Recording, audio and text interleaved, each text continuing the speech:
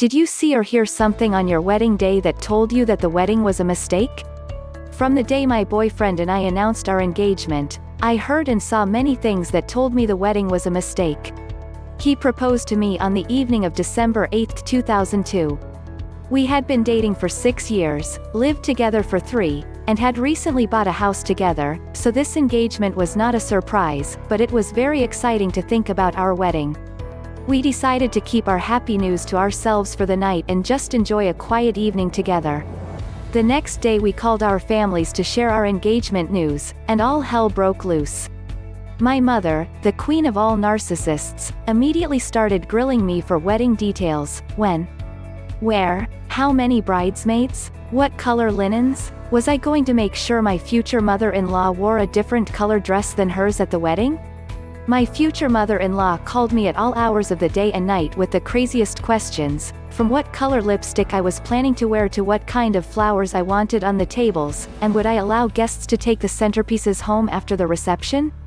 Because if I was planning to do that, then I had to make sure the quality was good. After a month of constant wedding questions, I started to feel like I was being smothered.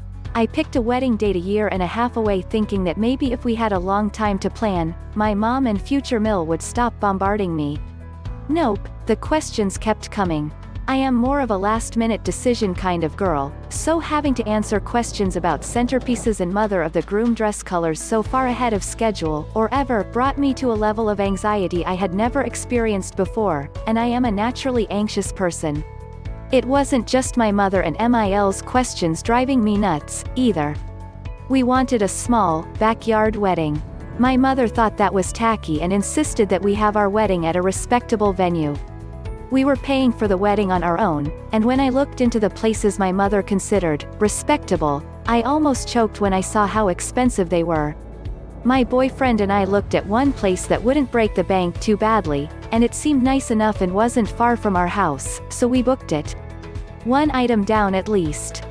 We still wanted a small wedding, and we were firm about that.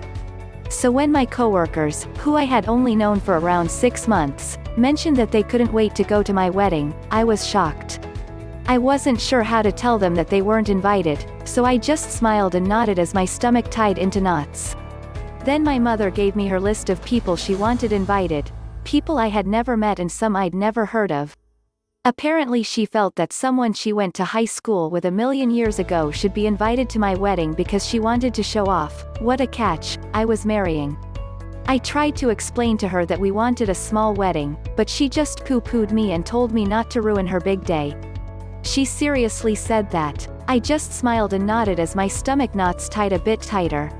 The last straw was when my boyfriend's out-of-town family, a considerably large group, called to ask if they could crash at our place when they came to town for the wedding so they wouldn't have to pay for a hotel.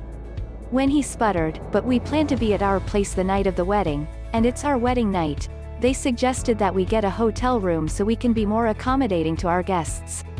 There are a lot of other signs that this wedding was a mistake, and I won't bore you with them, but they all involved inconsiderate, demanding family, friends, and coworkers. One night, after a particularly awful day of wedding planning, my mom flipped out because I didn't want to include stamps on the RSVP envelopes to save some money, and she could not believe how crass and tacky I was being and screamed at me in the middle of the card store. I finally broke down and told my sweet, wonderful boyfriend that this wedding was a huge mistake. He was initially crushed, but when I finally managed to stop crying and speak coherently, I told him that this wedding was a mistake, but that us getting married was not, and could we please just chuck everything, run off, and elope? And he said yes. So we quietly canceled all of our wedding arrangements. Luckily it was early enough to not inconvenience any of the vendors, and we got most of our deposits back, hopped a plane to Arizona, and got married in the desert in October 2003. Attendees to the wedding included the minister, his wife, my boyfriend, now husband, and me. It was perfect, one of the best decisions we've ever made. Our families eventually got over us eloping without them, and my mother said that she was actually glad we ran off because planning my wedding was really stressing her out. Ha! We've been married almost 17 years, and we still agree that our wedding day was perfect, It was low-key, quiet, and no one cared what color lipstick I wore. In case you were wondering, I didn't wear any lipstick, just some lip balm, that as eras dry. Thanks for the A2A. Edit. Thank you to all the lovely people who shared their own wedding stories. It's so much fun to read what others have experienced, too.